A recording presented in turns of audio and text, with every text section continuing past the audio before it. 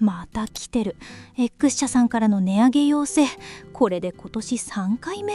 しかも今回 15% っていくらなんでもちょっと昨今の原材料費高騰および人件費上昇に伴いって前回も同じこと書いてあったような。高谷さんに相談しよう。高谷さん、ちょっと相談いいですか？どうした？朝から難しい顔して。シュークリーム食うか？いえ、朝からシュークリームはさすがに。X 社さんからまた値上げ要請が来てて。X 社か。今年何回目？3回目です。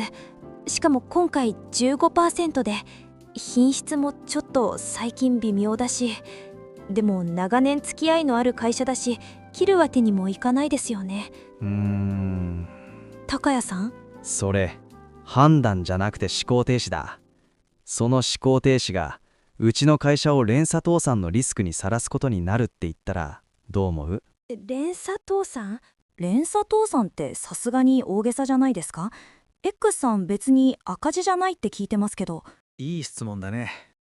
赤字じゃなければ潰れないって本気で思ってる？だって利益が出てれば会社って続くんじゃ。それがさ、今は違う。ちょっと怖い数字見せてやろうか。2025年の人手不足倒産427件。3年連続で過去最多更新だ。帝国データバンクの調査な。427件？人手不足で倒産ってそんなに？さらに説明する。仕事はあるのに人がいなくて潰れる。これが今の倒産のリアルだよ。俺の知り合いの会社でもあったんだ。黒字決算出してた加工業者がある日突然弁護士通知1枚で飛んだ。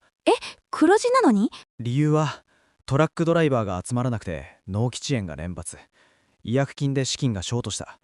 PL、 損益計算書のことな。だけ見てここは安全だって反抗してたら明日にはうちのラインが止まるかもしれない。そういう時代なんだよ。メモってもうメモ帳パンパンなんですけど。ちょっと待ってください。つまり X さんも黒字だからって安心できないってことですか？そういうこと。決算書の数字を疑うところから始めないと連鎖倒産の対策にはならないってわけだ。じゃあ次。決算書より前に潰れる会社の思想を見抜く方法を教えてやる。思想って怖い言い方しないでくださいよ。怖くていいんだよ。怖がらないと動けないだろ。で、思想には2種類ある。現場に出るやつと経理に出るやつだ。まず現場。あかりさん、サプライヤーの工場行った時、最初にどこ見る？製造ラインとか製品の仕上がりとか？まあ、それも大事だけどな。俺が新人時代に先輩から叩き込まれた鉄則がある。トイレが汚い工場は危ない。それって常識なんですか？たかがトイレ掃除で会社の危険度がわかるんですか？たかがじゃないぞ。掃除が行き届かないってことは、掃除用具を買う金さえ惜しいか、管理者の目が現場に届いていないってことだ。つまり、資金繰りかガバナンスが崩壊してるってことですか？いい線いくじゃん。そう。どっちにしても明確な危険信号だ。でもトイレだけじゃ判断できないですよね。もちろん。だから、経理のシグナルも見る。経理から漂う焦げ付きの匂いはだいたいこの3つだ。1つ目、支払いサイトの短縮要請。今月だけ手形じゃなくて現金でお願いできませんか？この手の打診が来たら要注意だ。それってそんなに危ないんですか？資金繰りが一時的に苦しいだけじゃ。一時的にで済むなら銀行に借りればいい話だろ。それをうちに頼んでくるってことは、銀行やノンバンクからも断られてる可能性が高い。2つ目、見積もりの極端な遅延。これ意外と見落としがちなんだけどさ、見積もりが返ってこないのは単にサボってるんじゃなくて、営業担当や購買担当が辞めてバックオフィスが回ってない可能性がある。人手不足倒産の前兆だよ。そういえば X 社さん、最近担当者さんが変わったって言ってました。ほら、つながってきただろ。そして3つ目、異常な安値受注。他社の案件をありえない値段で取りに行ってるって噂が聞こえてきたら、それは採算度外視の日銭稼ぎだ。自転車操業の末期症状。高谷さん、ちょっと怖くなってきました。X 社さんいくつか当てはまってるかも。だから言ったろ。決算書の数字だけ見てても見えないものがあるんだよ。じゃあ高谷さん、危ないサプライヤーを見つけたとして私たちはどうすればいいんですか？究極の二択だよ。支えるか切るか。それは。ここで長年の付き合いだからとか社長がいい人だからっていう感情論を持ち出したら、それはプロの判断じゃない。でも高谷さん、実際にずっとお世話になってきたサプライヤーさんを切るなんて、そんな簡単に。簡単じゃないよ。簡単じゃないからこそ基準がいるんだ。俺が使ってるのは品目の重要度で分けるシンプルな判断マトリクスだ。縦が大体の難しさ、横が自社にとっての重要度。まず右上、大体が難しくて重要度も高い。うちの基幹製品に使う特殊加工部品とか、その会社しか持ってない固有技術に依存してるケース。これは切れないですよね。切れないどころか全力で支える。支払いサイトを短くしてでもこっちから人を送り込んででも、最悪スポンサーになって第二会社として再生させる覚悟がいる。運命共同体だからな。そこまでするんですか？倒れられたらうちのラインが止まるんだ。それくらいの覚悟はいるだろう。で、逆に左下、どこでも作れて重要度も低い、いわゆる汎用品だ。いわゆる汎用品。それはドライに切る冷たい。って思うか？正直ちょっと。わかるよ。でもな、赤字を垂れ流しながら安売りしてるゾンビ企業って言い方はきついけど、そういう企業が市場に残り続けると、まともな利益を出してる健全な会社が価格競争で疲弊するんだ。業界全体が沈んでいく。それ関係あるんですか？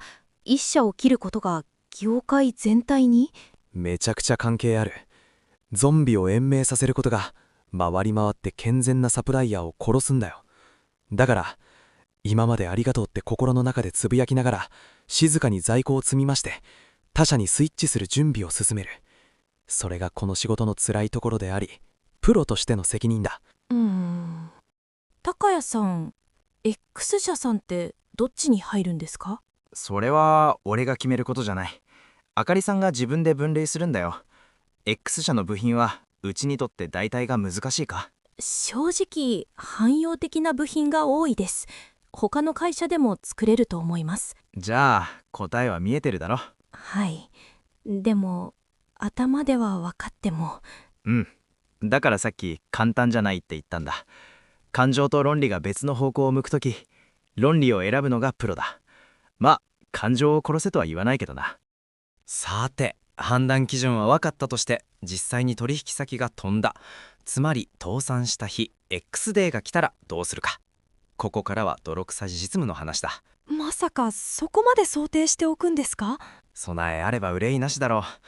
まあここだけの話なんだけどさ、俺前の部署で実際に取引先が飛んだ経験があるんだ。あの時の教訓を一つ。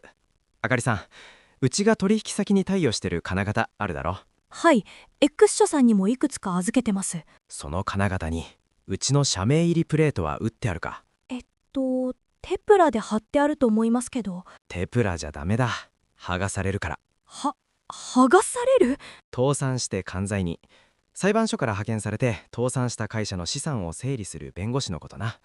管財人が入ると工場にあるものは全部倒産会社の資産としてロックされるんだよ。テプラなんか簡単に剥がれる。だから社名入りのプレートをリベットで打ち込むんだ。物理的に外せないようにする。リベット？それだけじゃない。写真を撮って台帳を作って、契約書には期限の利益喪失条項、倒産みたいな事態が起きた時即座に契約を解除できる条項なことだが入っているかどうか法務と確認する。これがあかりさん自身と会社を守る盾になる。メモってもうメモ帳パンパンなんですけど。でもこれは絶対覚えておかないと。あとな、撤退するにしても手続きを間違えると逆にこっちが訴えられることもある。法務部とはちゃんと連携しておけよ。訴えられるってこっちが被害者なのに？取引の打ち切り方によってはな。だから切り方にも技術がいるんだよ。さて、長くなったけど最後にまとめるぞ。明日からあかりさんにやってほしいことが3つある。はい。1つ目、現場に行け。会議室で数字をいじる前に気になるサプライヤーのトイレとゴミ捨て場を見てこい。違和感があったらその直感を信じていい。トイレチェックですね。2つ目、分類しろ。全取引先を支えるか切るか、さっきのマトリックスで機械的にマッピングしてみろ。最初は情が邪魔するけど、一回やっておくだけでいざという時の判断スピードが全然違う。情を挟まず機械的に。3つ目、契約書と金型を見直せ。所有権の明示と法的な解除条項の確認。これが最後の命綱だ。はい、全部やります。高谷さん、調達の仕事って、私営業に行きたかったから正直最初はテンション低かったんですけど、知ってるよ。こんなに重い判断をする仕事だとは思ってませんでした。重いよ。でもな、あかりさん、調達担当者って単なるものを買ってくる人じゃないんだ。企業の生命維持装置を握ってるんだよ。俺たちは言ってみればガーディアンだ。守護者。